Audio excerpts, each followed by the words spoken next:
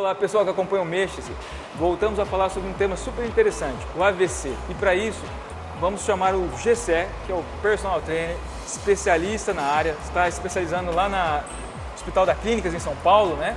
E ele traz as atualidades sobre esse tema para a gente. Gessé, o que a gente pode falar sobre o AVC em relação à prevenção, à avaliação desse indivíduo? A gente fala bastante sobre os sinais de alerta, né? Porque a gente falou um pouquinho sobre o AVC, que ele se trata de uma doença silenciosa, mas que possui alguns fatores de risco, como sedentarismo, né? Excesso de peso, a questão de gordura no fígado, né? Diabetes, hipertensão. E é importante eu falar um pouquinho sobre os sinais de alerta. Como perceber esses sinais de alerta no meu dia a dia de eu estar sofrendo um possível AVC? Dentre os fatores de alerta que você pode viver algum dia aí, Deus me livre você viva, mas está dentre eles a disfunção cognitiva, né, a perca da fala, a confusão mental, a questão da dificuldade visual, dores de cabeça, né? Então são sinais importantes aí de alerta para que você procure um médico, né, e avalie se você realmente está sofrendo um AVC. Bacana. E como seriam esses testes? A gente realiza ele no quadro já que o indivíduo está sendo acometido ou no decorrer do dia a dia dele a gente consegue observar alguma coisa nesse sentido? Após o diagnóstico do AVC, a gente falou um pouquinho sobre as avaliações, né, no programa passado, e a gente vai continuar falando um pouquinho de avaliação. Existem dois problemas que as pessoas possivelmente vão acabar tendo, né, dependendo aí do nível de acometimento desse AVC, que é a hemiplegia e a hemiparesia. O que seria a hemiplegia num paciente ali pós-AVC? A hemiplegia está ligado a uma diminuição da força e mobilidade. Então eu ainda possuo, né, mobilidade, por exemplo, no meu braço, mas é com muita dificuldade, tem algum grau ali de espasticidade, que eu não consigo realizar movimentos completos e complexos. E existe a hemiparesia, que é quando eu realmente perco toda a mobilidade do meu membro. Então é aquela pessoa, né, que devido principalmente ao AVC hemorrágico, ela acaba tendo o quê? Uma paralisia total. Então ela precisa andar de tipóia, muitas vezes andar de cadeira de rodas, porque o hemisfério cerebral dela ativou um lado do corpo dela que não responde mais a nenhum estímulo, né? Então existem essas duas características, né, do AVC, que pode ser uma pessoa que sofre de hemiplegia, dificuldade, né, uma perda de força e mobilidade, e existe a pessoa que perde totalmente a força e mobilidade, né, que precisa agora usar aparatos como, por exemplo, a tipóia, né, porque não tem mais movimento nenhum nesse membro. Legal.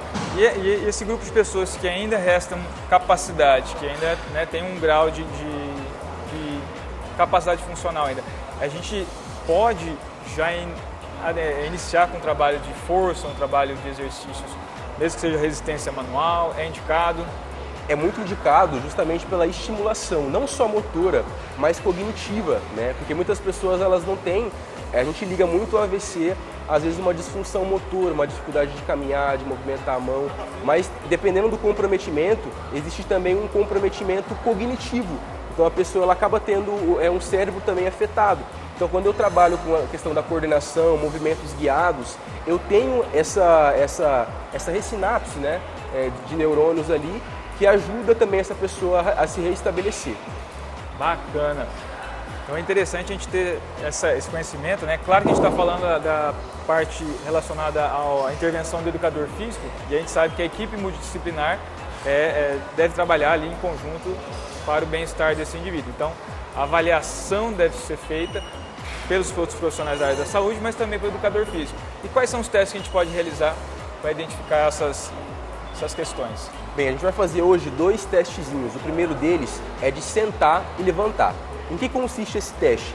Eu vou cronometrar 30 segundos e a pessoa ali que vai exemplificar o movimento, ela vai realizar o máximo de movimentos de sentar e levantar dentro desses 30 segundos, para eu avaliar a força de membros inferiores e também a questão da potência, né? Bem, em que consiste o teste de sentar e levantar? Eu vou avaliar em 30 segundos a quantidade máxima de movimentos que ele consegue realizar sentando e levantando. É importante destacar também os protocolos, né, desse teste. Eu preciso ter uma cadeira de 46 centímetros mais ou menos ali, que é um teste validado dentro dessas proporções, né, de altura da cadeira. Então ele vai começar, o Felipe vai me ajudar aqui a fazer esses movimentos. A gente vai cronometrar 30 segundos e ele vai fazer o máximo de movimentos que ele conseguir, tá? Vamos exemplificar aqui pra gente, Felipe? Vai. 3, 2, 1. Vamos lá. 1, rápido. Vamos. 2, vamos. Isso. Legal, maravilha. Então ele vai fazer esse movimento, o máximo de repetições possíveis por 30 segundos, para que dessa forma eu consiga avaliar a força, né, e capacidade de potência dele. Esse segundo teste, em que consiste? Eu vou avaliar a capacidade de força também, de agilidade e de coordenação motora. O que o Felipe vai fazer?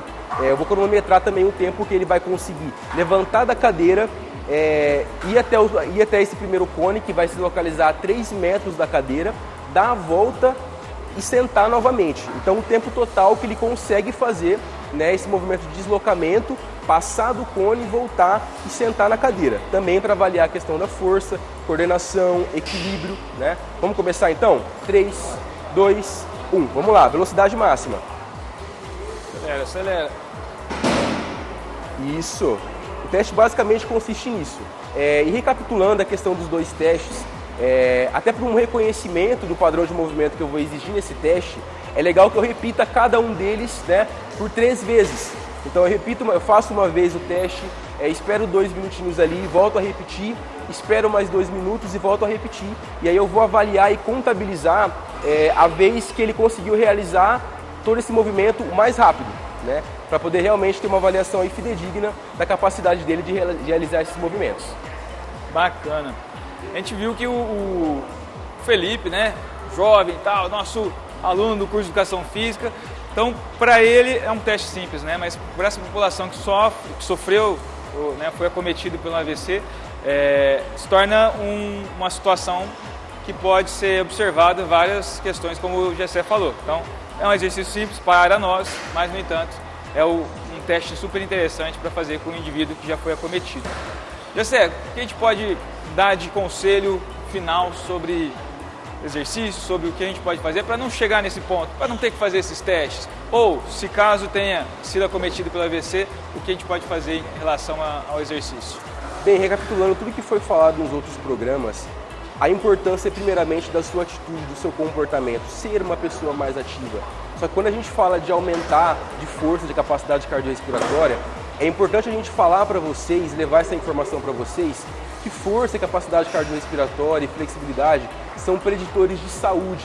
Então, quando eu falo que eu vou treinar para ter saúde, eu preciso treinar para aumentar essas capacidades. Muitas pessoas ligam a essa manutenção da saúde com fazer movimentos ali naquela morosidade. Eu preciso me desafiar. Só que para que eu me desafie nesses treinos aeróbio, nesses treinos de força, eu preciso ter, né, uma progressão ali. Eu preciso ter um profissional ali autorizado para poder trabalhar essas progressões em mim e para poder me afastar a cada vez mais, né, desse grande evento chamado AVC. E não só o AVC, mas também o infarto. Legal. Essa é a mensagem, né? Você quer treinar para saúde, então treine de verdade, bem orientado. Não é fazer um passeio Exatamente. na praça ou dar aquela enganada na academia com um cotonete na mão. Ok? Então, mais uma vez, agradeço o Gessé trazendo as informações para nós. Felipão aí, que logo mais um profissional na área. E aguarde que temos novidades aí de novos programas para orientar você, para trazer informações e motivar a prática de exercício. Mexa-se!